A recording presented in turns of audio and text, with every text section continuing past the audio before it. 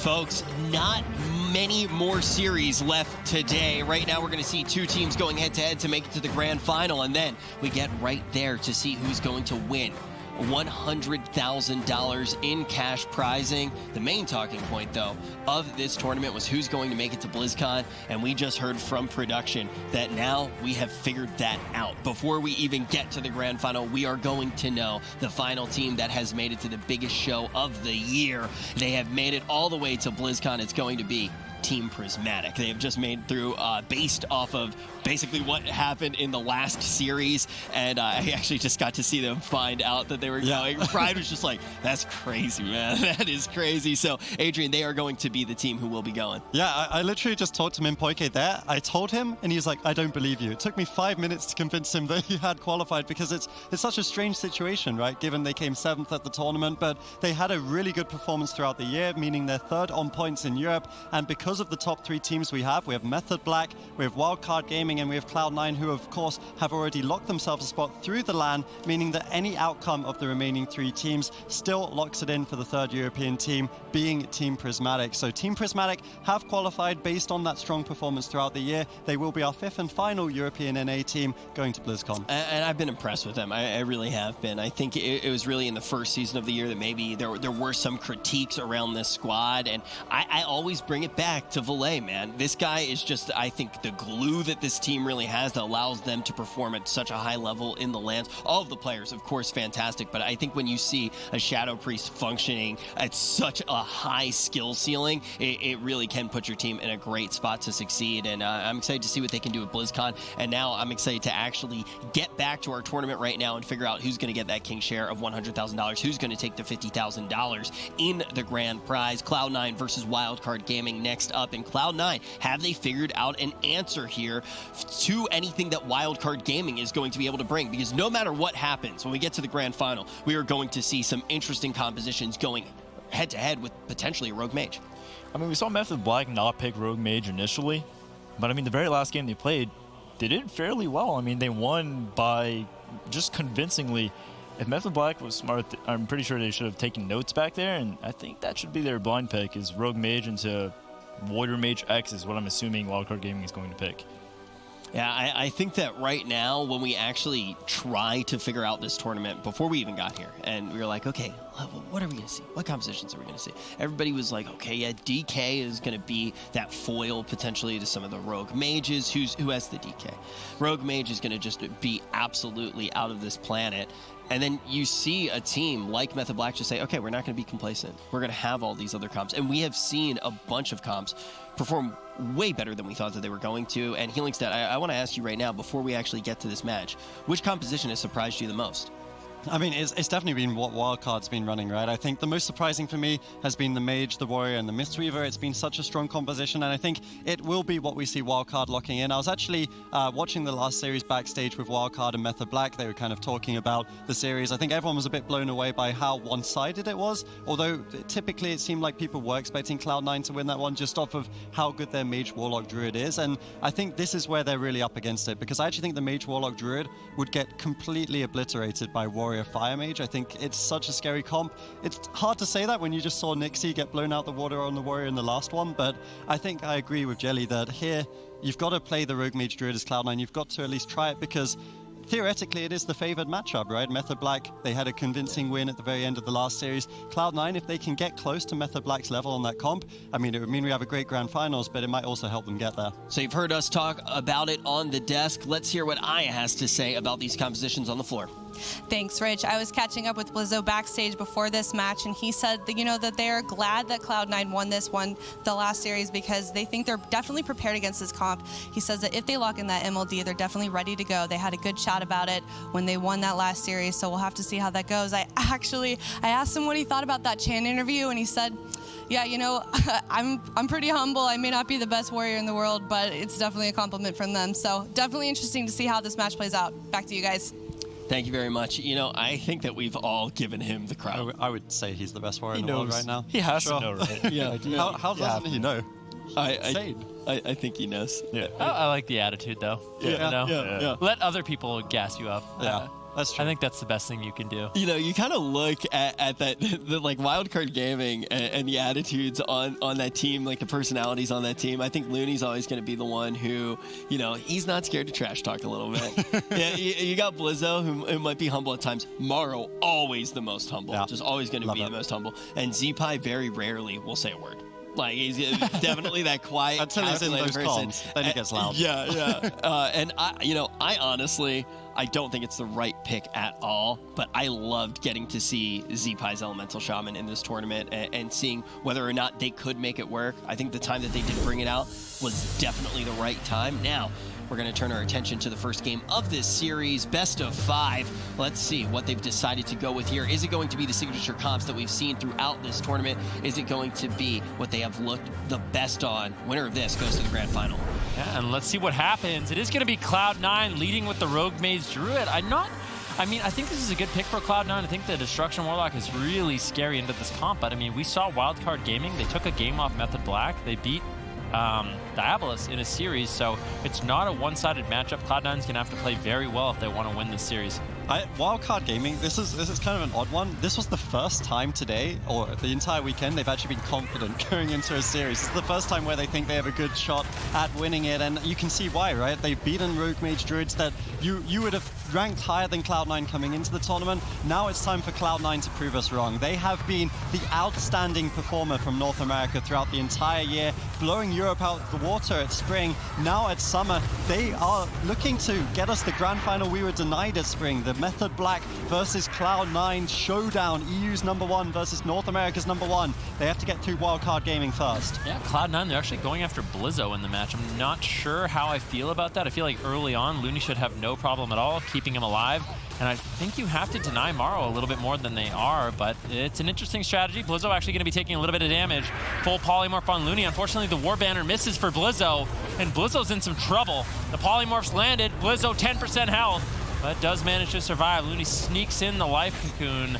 Wealthy Man a little bit slow on that re-polymorph, but ultimately finds it, and Blizzo's still in a lot of trouble. Yeah, the tunneling Blizzo is a strategy I thought we would see earlier from some of these Rogue Mages. Arms Warriors, with the reduction to the healing from the Azerite traits, means that they don't really have any self-healing whatsoever. There's no PvE gear, particularly on the tournament server either, so they don't really have access to a lot of that. It's only the Vision of Perfection heal on Avatar, really, that Blizzo can use to keep himself alive. So if they get the lockdown onto Looney on that Mistweaver Monk, potentially there's an opening there. Trinket, though, they're actually swapping it up over onto Looney. Wealthy Man blinks in, but he gets counterspelled, so he's unable to blink further. Looney escapes, and Wildcard survive. Yep, Wealthy Man in midfield. Blizzo, Morrow still trying to get some damage rolling. There was a nice Dragon's Breath sheep there by Morrow, controlling up Snuts, denying him that kill onto Looney, because Looney, in this situation, he's got no Trinket. He is very vulnerable to those setups, but it's likely going to have to be a kidney shot into a bash from Cubsy. They need the additional stun. Kidney shot now on Blizzo as Cloud9 change their focus onto the Arms Warrior, and Arms Warriors aren't the greatest target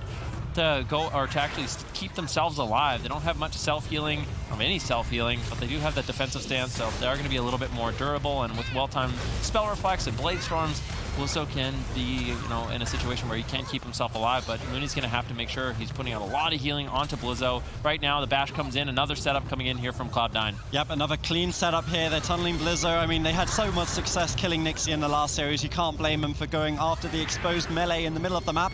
We're going to see Sheeps. Is there Cyclones to follow? No. Good Dragon's Breath denies from Morrow. Well played. The Sheep just a second too late on the cross-crowd control from Wealthy Man. Maybe there was an opportunity otherwise. Now we see an in-cap over onto Cubsy. War Banner coming in, denying the Cyclone. Wildcard Gaming, all three members contributing to denying this crowd control chain, and because of that, Looney is free to heal and should keep Blizzo up. Yeah, but Morrow's been able to just free cast in this game. He's putting out big damage, and every time he casts a fireball, it's resetting that combustion, and combustion after combustion really starts adding up. However, Cubsy, I think he snuck away for a drink, and he has completely reset his mana pool, whereas Looney, he's falling further and further behind. He's at around 70% right now, and this spell steal's coming in from Wealthy Man, stripping the Renewing Mist and the Enveloping Mist that the Mistweaver Monk has to offer. That's going to start really taxing Looney's mana quite a bit. Good control from Cloud9, Blizzo in a Cyclone, and it's a bit of a reset here for both teams.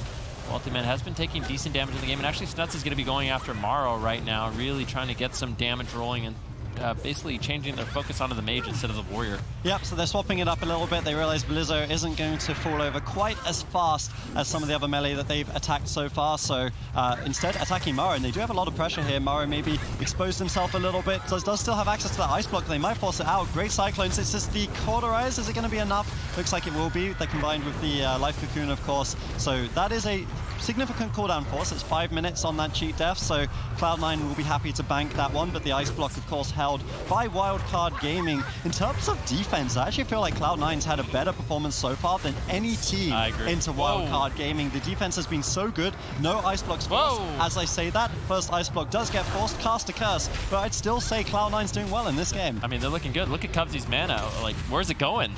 I think he's been able to recover all of it via drinking, and I think Cloud9, they're looking solid. A lot of people don't give their Rogue Mage Druid much credit, especially some of the European teams, but they're looking really solid in this match. I feel like this team, if they have enough practice against anything, they're going to be looking really, really solid.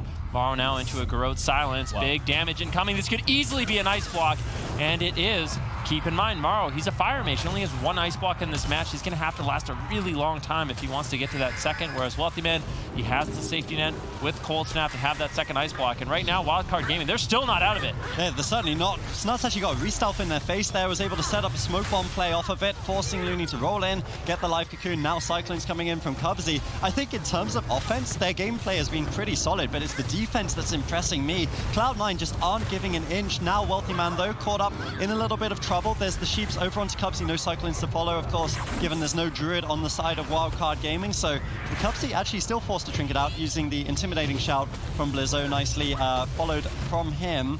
This is a pretty even game right now. We've got an ice block on Wealthy Man, so he has that as a layer of defense.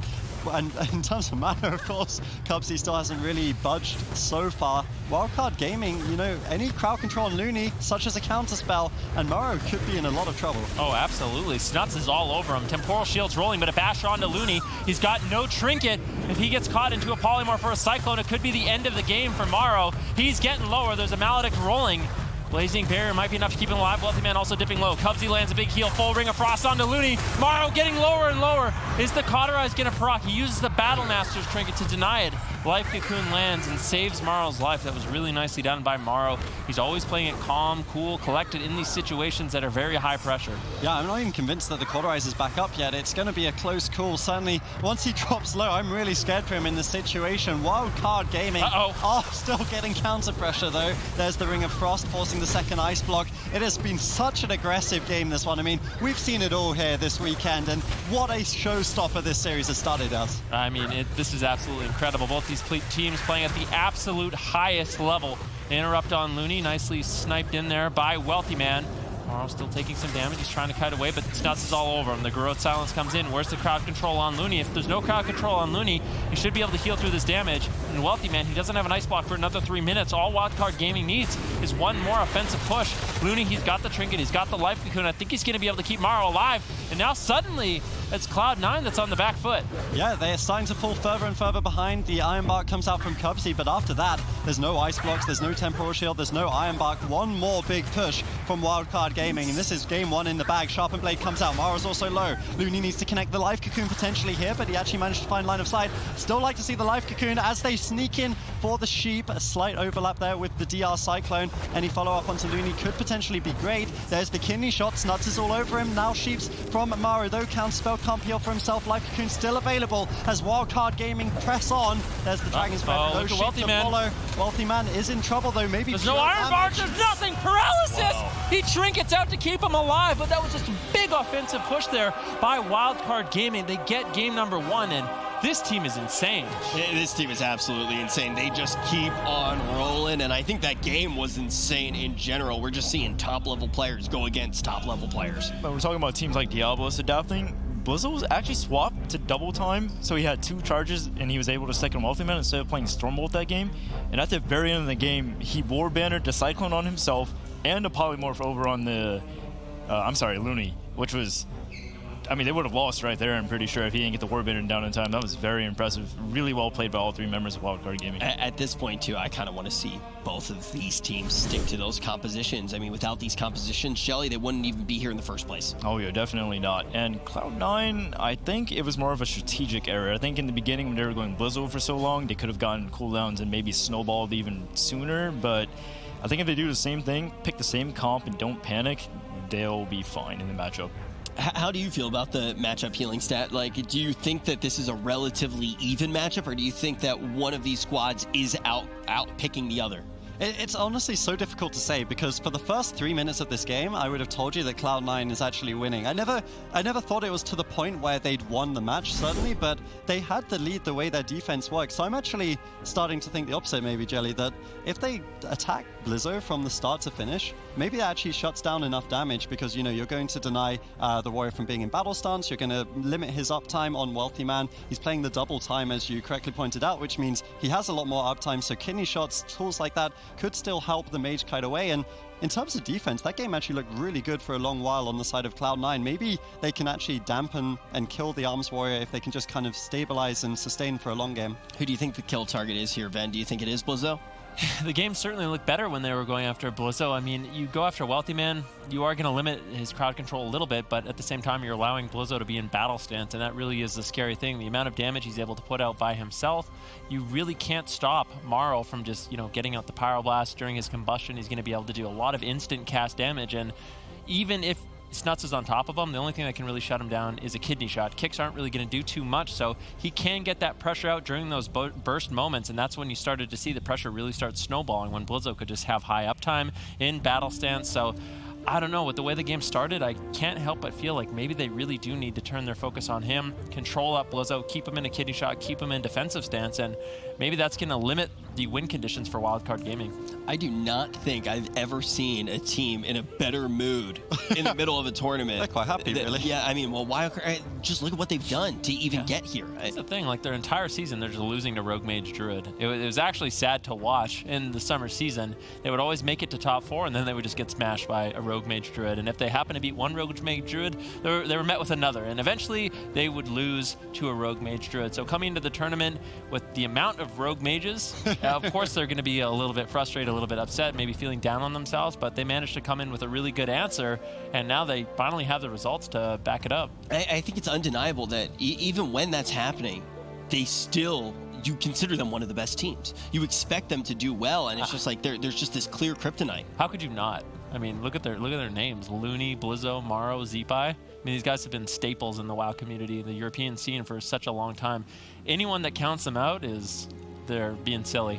It's so funny because it's, when you bring up the ideas of who is the best at this class, there is usually a huge argument. And these guys, they get passes because it's just so clear that they are the best at what they do. Like, I really don't think that there's much argument that Blizzo is the best warrior in the world. The only other person I can think of that maybe I will say is the best at what they do is Jelly at Hunter. Yeah.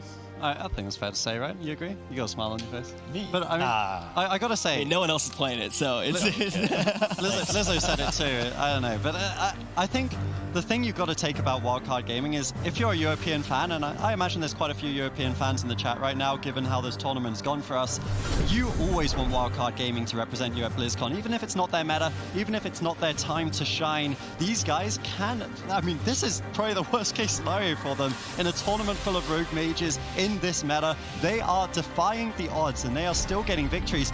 Who knows what happens by BlizzCon? We've still got a month between now and then. Wildcard Gaming are insane. Sea-Doo has an idea of what might happen. He just tweeted out 30 seconds ago, "Poor Warriors at home. Blizzo is going to get you nerfed." Sad face. Yeah. And let's see if Blizzo is going to be able to keep his momentum going. He's been looking OP. Yeah, I mean, they are looking really, really good. Sea-Doo also tweeted, maybe Warrior Mage Mistweaver is the answer to Rogue Mage, and I said, I don't think so, unless it's them playing it, because they really are a cut above the rest. Their ability to balance defense and offense, it's been looking really, really good so far this tournament, and that's one of the things when you bring an oddball composition like this. I mean, Cloud9, you can bet they don't have much practice against it. None of the Rogue Mage Druids really do, and I think it's really caught them off guard. Yeah, and I was talking to Looney backstage, as I said, I was watching the last series with him. He even said they were beating intimidating some of the team's rogue mages with the paladin version of this, paladin warrior mage. And on the flip side, look at what happened to Diabolos when they locked in the warrior in the last series. They got, flattened by Cloud9. So these guys, there is a huge skill difference between them on this composition, which they've been playing throughout summer, and anyone else. I don't think many people could replicate what Blizzo, Mara, and Looney are doing right now. Let's see if they can even replicate it, because Blizzo is the kill target here for Cloud9. Looks like they are going to try to shut him down, of course. It's a perfect map for it. The largest map in the pool. It's Mage Druid. It's tunneling the warrior. Blizzo's going to have a rough one here. Yeah, he certainly will. Being the gnome and playing the Relentless, he never has a break for those stuns. So if he gets caught in a kidney shot, he's a little bit low on health, and there's an interrupt on Looney or crowd control on Looney. All of a sudden, Blizzo can't really do too much to defend himself. It hasn't been a big issue so far in the game, but I could definitely see Cloud9 trying to abuse that racial choice from Blizzo. Now into a kidney shot. What's going to happen? Marl been doing a good job with the polymorphs, trying to defend his team.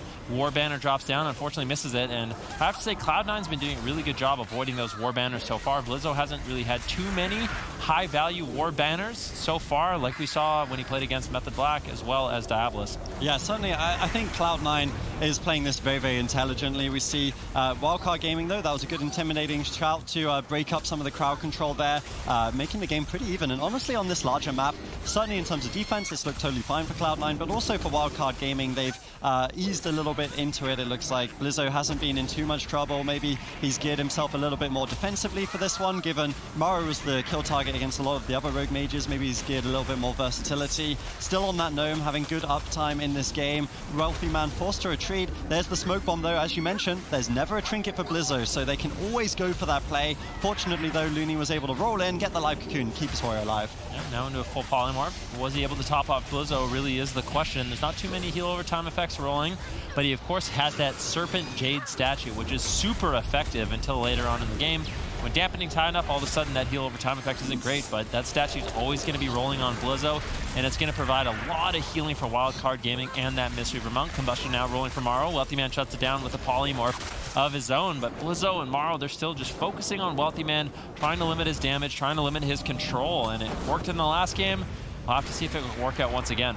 Yeah, it certainly seems to be doing okay so far. I just had a little look over at Blizzo's gear, looking at the extension. He's actually running the Crucible of Flame. So both him and Maro, we talked about that. I think you highlighted it before then, that Maro was also running that talent when he was getting tunnels. So these guys throwing a little bit of caution to the wind, also identifying that they need massive damage to make up for the lack of control their composition has compared to a rogue mage. So they're kind of playing to their win conditions well. You can tell these are guys that have been playing the warrior mage to the highest level. They know exactly what they have to do to win these games, and as we're 4 minutes in, this is probably the most evenly fought game we've seen out of any of these. No ice blocks forced on either side. Healers both high on mana, and considering how much damage and crowd control has been going out, that's quite impressive for both of these healers. I mean, Cloud9's strategy is pretty obvious at this point. Wealthy Man and Cubsy, they're running laps. They're just running laps across the map. Blizzo's going to be slowly chasing down Wealthy Man, but Snuts is just going to sit on him, limit his damage, keep him in defensive stances. This is something we've seen Rogue Mage Druids do in the past. Just try to play to your win condition of that late game where the Assassination Rogue really is going to put out that pressure you need. You use the Mage and the Restoration Druid control to slow down the damage of the melee of the enemy team, and this could work out. We haven't seen this strategy really used against Wildcard Gaming just yet, but so far, Looney's been able to heal Blizzo up. And talking about some of the artifact choices, like you've said, for Blizzo and Maro, I think they can afford to be a little bit more aggressive with the way they gear their characters, because Looney on the Mistweaver Monk, it's more of a defensive healer than an offensive healer, so I think you can rely on their defense, and then you can gear yourself a little bit more aggressively to have that damage you need to close out the game. Yeah, and Looney as well. Not only is it a defensive healer, he's also playing it so well. He actually got a nice little outplay over onto Cubsy. Cubsy wild charged over to him, and during the travel time, he in-capped him and then went for the leg sweep play. So it's those kind of reaction times that you need as a Mistweaver Monk to avoid crowd control, because once you're hitting that Mighty Bash, you can guarantee your character's not going to be yours for the next 20 seconds or so. Looney has been doing such a great job. Now we get to see if Cloud9, and this is one of the strategies we did commend them on quite a bit with the Rogue Mage Druid. They were very good at just drawing out games, playing an incredibly safe play style, and playing for that dampening win condition. So if they can do that into Wildcard Gaming, I could definitely see it working. Blizzo, of course, is going to lose out because he doesn't have that self-healing. Life Cocoon is going to become less and less valuable, and Wildcard Gaming could end up losing that one based on it. but that's hard to replicate on a smaller map. Tolvaron is the playground for the rogue Mage Druid, but on a smaller map such as Hook Point, maybe that won't play out the same way. That was a really nice counter spell there by Wealthy Man. Maro had pushed in for a Dragon's Breath Ring of Frost on Cubsy. He was out of line of sight in a prime position, but Wealthy Man with a nice shimmer was able to get in line of sight and shut that crowd control down. If we look at mana, Looney is slightly ahead, and both of them are actually playing Night Elf. So Looney can use the Shadow Meld if he needs to drop combat and try to go for those drinks. So far, he hasn't really needed to. But we'll see what happens as the game goes later. If they can deny Cubsy from getting those drinks, and I think that's one of the reasons why Cloud9 decided to go for this map, is it will be easier for Cubsy to escape to drink, and that plays into the win condition and the strategy that Cloud9 is going for. Yeah, equally, the mana is actually dropping kind of low from Cubsy right now. Mara doesn't have a pet as the Fire Mage, so he's going to have to make sure he stays pushed in. Right now, Cubsy is going for a drink. You can see him with the yellow bar, meaning he's in cat form. Somewhere off in the distance, you can see him in stealth just to the corner of our screen. Is anyone anywhere near? There's Blizzo all over him. Maybe got a tick. Does get a little bit of mana, up to 60-70% right now. Good spot from him. And because Blizzo leaps in, he could be in a lot of trouble. Full polymorph on Looney. That's it. This is the smoke bomb, and that is the kill. Cloud9 tied up. All knotted up here. We're going to have an absolute show on our hands with these two teams, and I don't think we necessarily know what to predict, but let's break down what happened in this game. Jelly, what was the story here? I mean, at the very end, someone had to stop the drink. Unfortunately, it had to be Blizzo, because otherwise it would have had such a huge mana lead. Blizzo leaps in, gets kidney smoke bombed on, no heroic leap, can't get away. Half bash, really well played by Cubsy, and that was the game. And now we're going to try to take a look at that game and actually think about what we might see in the rest of the series. But I'm starting to think more and more just how evenly matched these comps potentially are. I mean, it would appear that way. I mean, Wildcard Gaming, they've been doing a great job in the last few moments of the game. They were able to capitalize on it. We talked a lot about it during the cast. Blizzo playing Relentless on the Gnome. It's a bit greedy. You can't blame him, because staying on a Frost Mage as an Arms Warrior isn't exactly the easiest thing. You want that escape artist, but at the same time, situations like this can happen where you're 50% health, you get caught in a stun, and then all of a sudden you have all your defensive cooldowns, but you just can't use them. Looney's across the entire map, and they end up getting the kill because of that. That was honestly really well done by Cloud9. It baited Blizzo, and they ended up getting a win because of it. I want to ask you now, Healing Step, probably the hardest question. What do you expect to see throughout the rest of the series? Do you think that everybody's going to just stick to their guns here and keep going with what they've been rocking? Honestly, I think if there was going to be a deviation, I would have liked it from Wildcard Gaming on this map. I completely didn't mind when against Diablos they played the Elemental Fire Mage on this map, because I think this is always going to happen. If the Mage Druid wants to just drag out the game, Tolvaron is the perfect place to do it. There's so much space, and I mean, Cloud9, as Venrique correctly called out, they played that one perfect at the end. It's clean shot calling, it's snuts, it's got snuts written all over it, that smoke bomb. Such a great play, and now I actually don't think they need to deviate anymore. They've got the Warrior Mage, they've got two very small maps, Hook Point probably, maybe Blade's Edge Arena. That was the two maps they took it to last time they had the advantage, and I still think they can win this one, even though that game looked really favored towards Cloud9. All right, folks, well, we're going to be jumping to a break. We're all tied up in this series. When we return, who is going to be able to tip the scales in their favor? We are headed to Hook Point right now, and we got two squads all tied up. Cloud9, when we got here, was one of the most respected teams by just about everybody playing. Wildcard Gaming has changed to be one of those teams that's right up there with Cloud9. Only one of them is going to make it to the grand final to play for $50,000. Which one's it going to be? I'm not sure. At this point, it could go either way. These teams are very evenly matched. Both of them playing top-tier compositions at a very high level. I'd say Wildcard Gaming, their comp is a little bit more of a surprise factor at this point. No one really expected this composition to do well, but they've managed to get this far in the tournament, which is really impressive early on. There's a bash blind onto Looney. He's already trinketed and traded out the Life Cocoon. A decent start here for Cloud9, but at the same time, Cubsy, he's used his trinket, now caught into a leg sweep. Looney doing a good job avoiding Cubsy's crowd control and also getting a little bit of momentum for his team. Looney is a very juicy target right now, I think, for Cloud9. This is something we've seen from Rogue Mage quite often. They'll set up the early kill, but instead it looks like they're actually going after Blizzo. I'm really surprised they didn't commit that kidney. They had the Vendetta, they had the Icy Veins. I would have gone for it personally, but Wildcard Gaming, instead they said Cloud9 targets Blizzo. They don't really get too much with that since Looney was just able to use the side to line of sight. Now Mara pushing in, trying to get the Dragon's Breath, but well denied by Wealthy Man with the Blink counter spell, shutting down Mara on everything he wanted to do there. Now the kidney shot onto Looney. Looney, this could be trouble. Yeah, big damage. Icy Veins, massive damage. Is there a follow-up stun? Kidney shot into a bash. Looney's gonna get smoked. And Cloud9, they set that up perfectly. Adrian, like you said, they should go for it. I think they heard you. Yeah. They managed to pull it off. Beautiful execution, and they're going to go up 2-1 in the series. Yeah, we've seen a few moments like that where all of a sudden you see Looney manage to pop off with that miracle life cocoon. This time around, he's going to be completely locked down, and he's just going to be buried in the dirt within 10 seconds. I mean, I said it yesterday, most Mistweavers do complain about Rogue Mage being a hard counter, and this is exactly why. I mean, as soon as you don't have the trinket and the life cocoon, a situation like that can happen basically every single time if the stars align correctly and they have their cooldowns, which they had. The Vendetta, just like Adrian said, and the Icy Veins, why not go for it? I think that that's a really important thing that you bring up right now. The first thing when you see a game like this is always going to be that question of how repeatable is this? What is the ease of execution on a fast kill like this? And you know what happens every time you pop into the arena?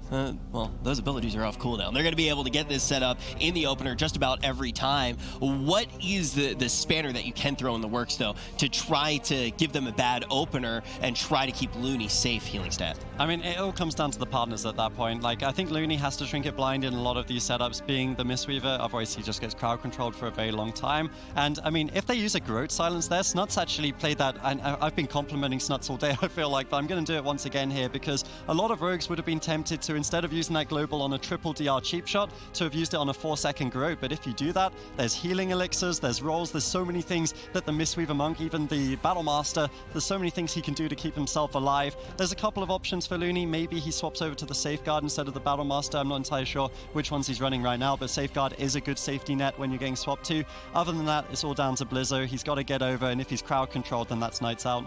Another thing that I noticed they did yesterday, which I thought was really smart, was they played Horde instead, which gives Looney the option to play Orc. And then those setups are a little bit less scary, but he opted to go for the Night Elf, and I think it's a good punish from Cloud9 because, of course, the Night Elf is nice for denying crowd control, getting out of combat with Shadow Meld, and also giving Blizzo the freedom of being a gnome, but it also is a lot scarier during those stun locks. How sad is it if it ultimately they get all the way here to just lose to Rogue Mage? Like this is a team that Rogue Mage has just been the bane of their existence. They managed to take down all these them up so much. Man, they gotta be. I honestly could see. Are they upset though? I mean, they came into the tournament. Their goal was to win a game. They're like, yeah, if we don't lose every game, then we're happy.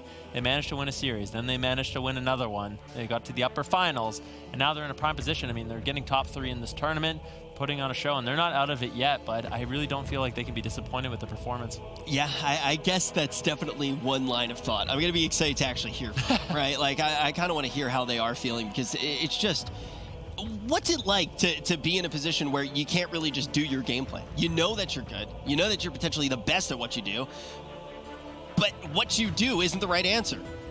I mean, I'm here right now not competing for a reason, so the fact that they should be happy for what they've done. I mean, they're not playing a meta comp, and they're up there playing right now, taking games off Cloud9, Method Black. I mean, they should be happy for sure. Yeah. So like that definitely is, and like you would definitely know better than me. All of you guys, fantastic competitors in World of Warcraft throughout many years, and I just say hello and goodbye. So I think I lean towards raging over very simple things and tasks, and definitely hearing it from a competitor is going to be very insightful. Now headed to Blades Edge Arena. If there's one way to help keep your monk safe, it is definitely going to be this map. You can fully utilize that verticality. You can pour it all over the place, and we know Looney's definitely going to be able to take advantage of that. Oh yeah, I think out of all the maps that this Warrior Mage has been Rogue Mage on, I think they have almost 100% win rate on Blades. They've just been their pocket pick. Not many teams like to pick this map just because it's so awkward to, basically to position yourself. A lot of teams just prefer to play a more standard map. You can have most of your practice on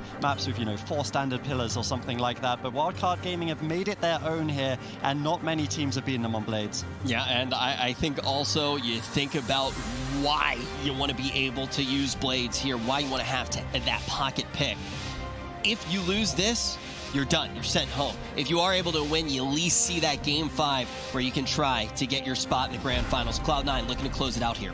And I'm curious to see if Wildcard Gaming has made any adaptations, if they are going to be playing the Orc, and it does not seem like it. Actually, no, they are still Alliance. So Looney's going to be a little bit vulnerable on that Monk. If he does Trinket Blind, there's always the option for Cloud9 to go all in. And like you said, it's going to be up to Blizzo to make sure he can defuse that situation. Blizzo actually switching over to the Trinket, so that's one big thing. If he gets caught in a polymorph during that swap on Aluni, he can just Trinket, he can leap over, intimidating shout, break up the crowd control. Because as you said, if Looney gets out of the stun for even a second, the Fortifying Brew, the healing elixirs, he should be able to survive. Yeah, Looney's actually playing the Relentless this time as well. So we're going to have one Trinket. I think it's important there's always one Trinket on Wildcard Gaming to respect something like a blind setup or a Vendetta setup, but instead it's going to be Looney on the Relentless. I do feel like a lot of the value he gets out of Relentless, though, he could get with the Orc. So I do have to agree with you. I think it was a good point that maybe them on Horde could have been better, but these guys are the experts on the composition. They've been playing it stellar all weekend. We can't criticize them too much on their pick. There's ups to both. I think we've got to take some time to actually compliment Cloud9 here, because, you know, some of the best rogue mages in Europe, we talked about Team Prismatic, we talked about Diabolos, and Wildcard Gaming beat them. But when it came to Cloud9, who many people didn't think were as versed on this rogue mage, they so far have had the edge in this one. Still going to be a close series. I'm still not counting Wildcard Gaming out, but Cloud9 are looking better and better. Cloud9 is a sharp rogue mage druid. The one thing they don't have a lot of practice with is mirrors, but outside of the mirror match, this is a phenomenal team, and they have the ability to grow. If they get any practice in those mirror matchups, they're going to be top caliber, and I think they really could go head-to-head with a team like Method Black. Interrupt now into Wealthy Man. Good damage rolling here for Wildcard Gaming. What can they get done? Wealthy Man managing to shimmer away. He's kiting Blizzo very effectively in the match so far.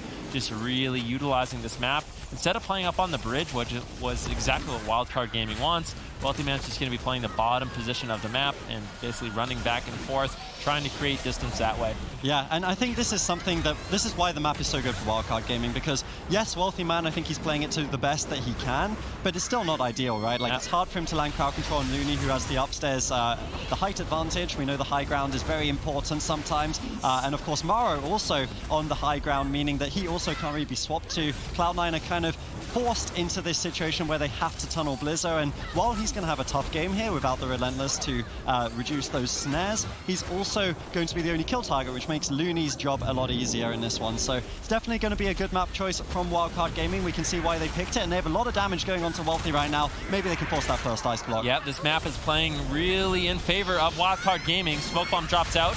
Nuts trying to keep Wealthy Man alive. There's a Dragon's Breath Sheep onto Cubsy. He trinkets, throws out the Iron Bark. That's going to help Wealthy Man avoid using that first ice block. But Marlow and Blizzo and Looney, they've had so much pressure in this game.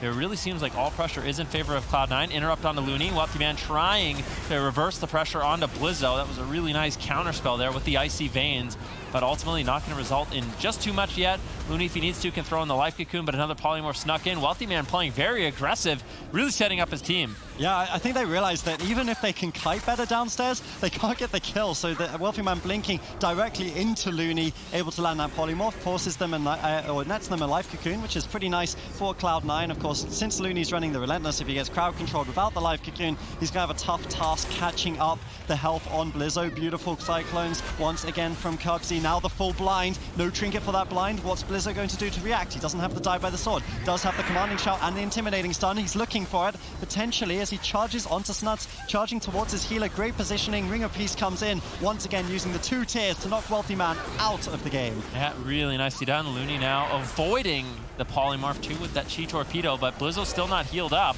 The fact that Wealthy Man's playing on top of Looney makes it really difficult for him to heal. Finally, a big enveloping miss going to be topping him off. Morrow looking to get aggressive with the combustion, but he gets polymorphed up. Good denial by Wealthy Man. Both these teams playing phenomenally at this point in the game. Cubsy a little bit behind on mana, and Morrow's been doing a really good job keeping tabs on Cubsy during the game, making sure he can't get out of combat for too long, but I think Cubsy might have been able to sneak away. Very, very sneaky Restoration Druid. We'll have to see if he recovered any mana. I don't think he was able to.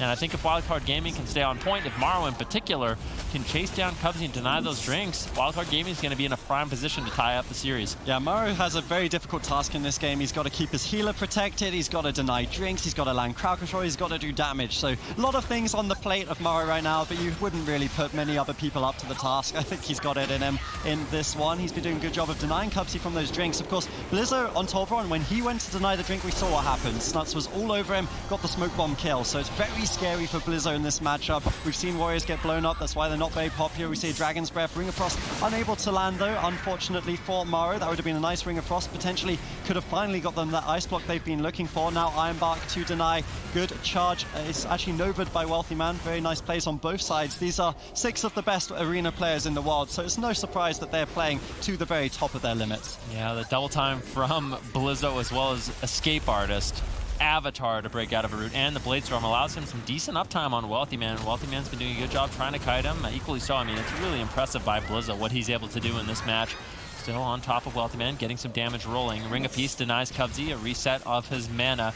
Nicely done there by Looney, and I think Wildcard Gaming, that's a really important thing in this match. You have to keep tabs on Cubsy. They've been doing a great job so far, and if they can keep doing that and they can keep up this pressure on Wealthy Man, it's looking like it could be a victory for Wildcard Gaming. I mean, where are the openings right now for Cloud9? Yeah, certainly that was another smoke bomb. Oh, this is the smoke bomb coming in from Snuts right now. Iron Bark from Cubsy on Wealthy Man trying to deny as well. Blind comes in. Vendetta, this is the big push. There's no die by the sword for a few seconds, but the intimidating shout. And of course, Snuts is also running the Relentless, meaning he can't break out of that. The Sheep still connects though. This could still be game. There's the spell reflection from Blizzo. He has the commanding shout. Die by the sword's up in 4. Wildcard Gaming are in trouble here. They can survive the crowd control. You can see that live cocoon coming up momentarily at 10% dampening. It looks like Looney will be able to reconnect the heals over onto Blizzo, but that was a good push from Cloud9. They went for the blind, the Vendetta. They had a lot of crowd control there, but now that they haven't landed the kill, I think this is actually really, really dangerous. Wildcard Gaming, yes, they've got 2 blocks to work through, but Cubsy's mana is starting to wane a little bit in this one,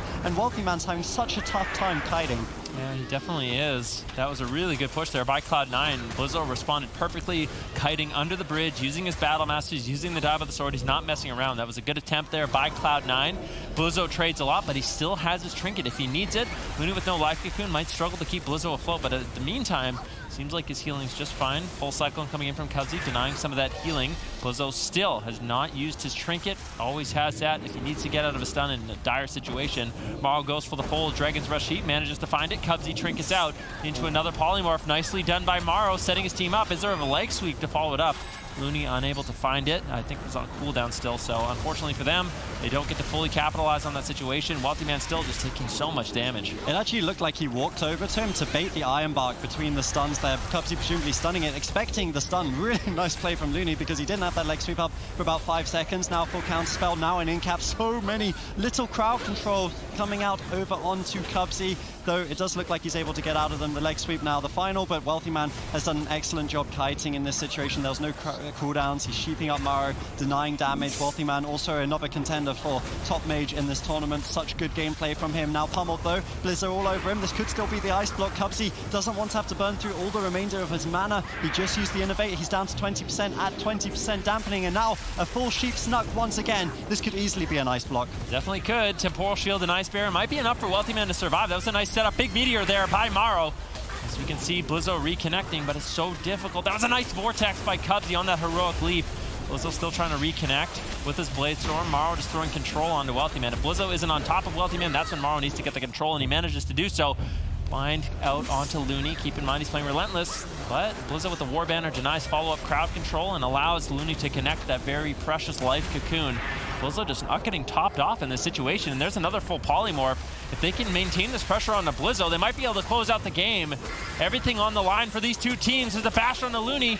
Does he have the healing to keep Blizzo alive? Using the last little bit of his mana, Marl sneaks in a polymorph on Cubsy. Combustion gets ripped out. Wealthy Man, Temporal Shield to respond. Manages to keep himself alive. Leg sweep on Cubsy. This could easily be an ice block.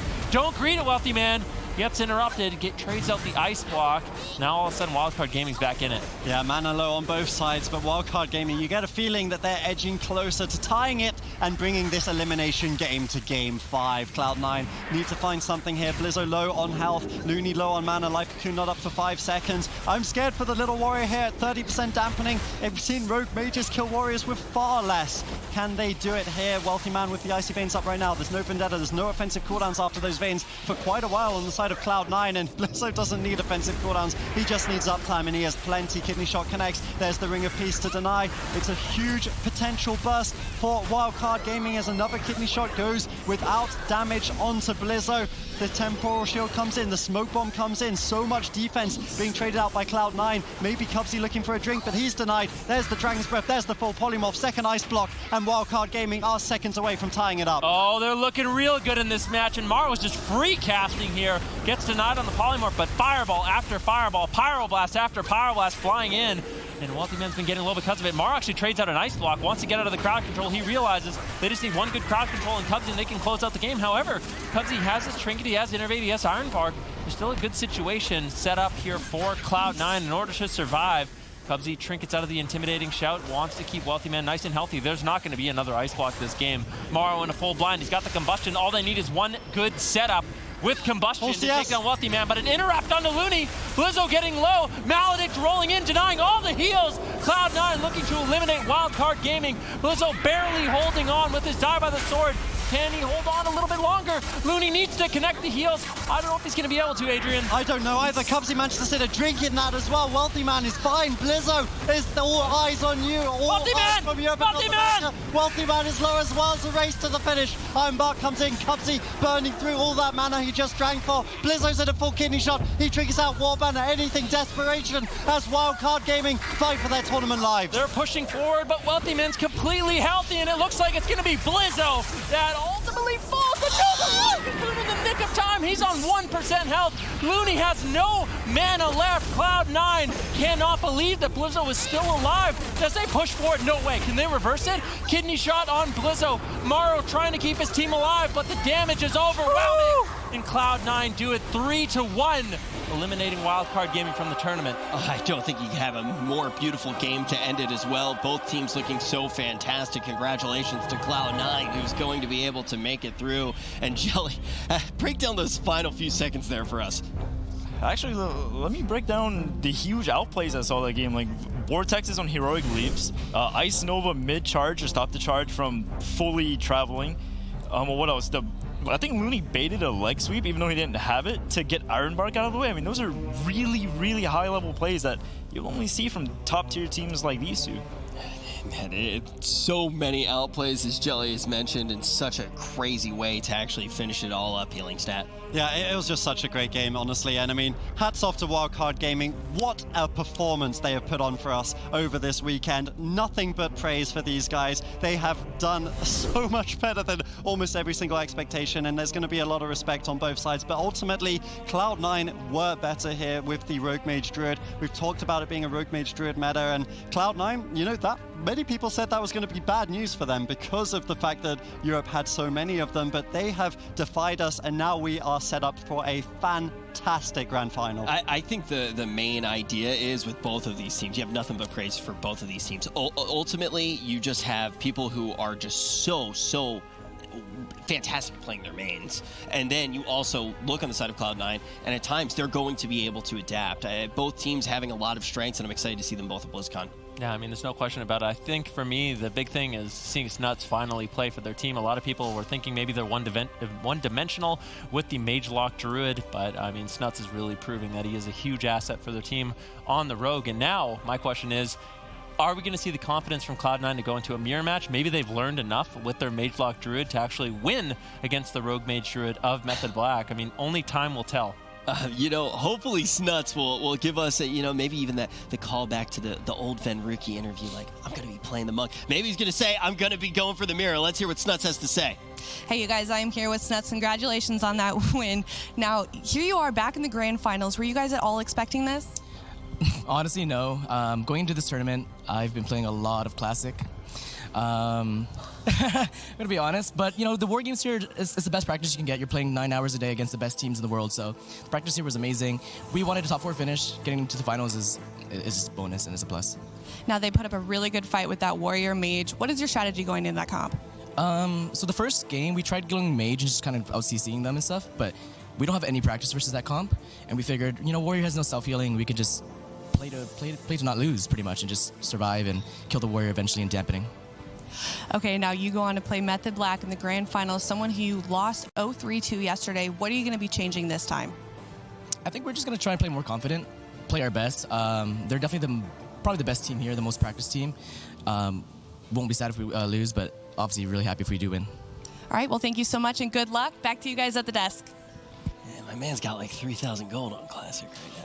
I want to get some of that gold. He's a grinder. He's a grinder out there. Yeah, he definitely is. His gear's looking pretty good too. And but ultimately, he gets down to the arena. He's ready to do work. You're going to see that on the bracket right now. Cloud9 going to get into the grand final where they get to have a rematch against Method Black. The question is it going to be another blowout? Are we going to see Method Black able to take this one 4-0? Or is Cloud9 going to be able to strike back? I think one of the things when I'm looking at this bracket, Cloud9 has defeated 3 out of 4 of the European teams at this tournament. If they win this next one, that'll be 4 out of 4. And that reminds me a lot of spring. We had 3 European teams looking fantastic in the top 4, but there was one thorn in our side, and we would have gotten away for it if it wasn't for those meddling Cloud9s. They have been so good at these tournaments, and even though I want to say Method Black is certainly my favorite in this one, I wouldn't be surprised if Cloud9 takes it. I think that is a very important thing to bring up. You cannot count out Cloud9. They took the first LAN of the year. Now they might be able to take the second one, but Method Black, their opponents, have looked absolutely invincible. They have not dropped a single series in the tournament thus far. Is that going to change in the grand final? We're going to find out.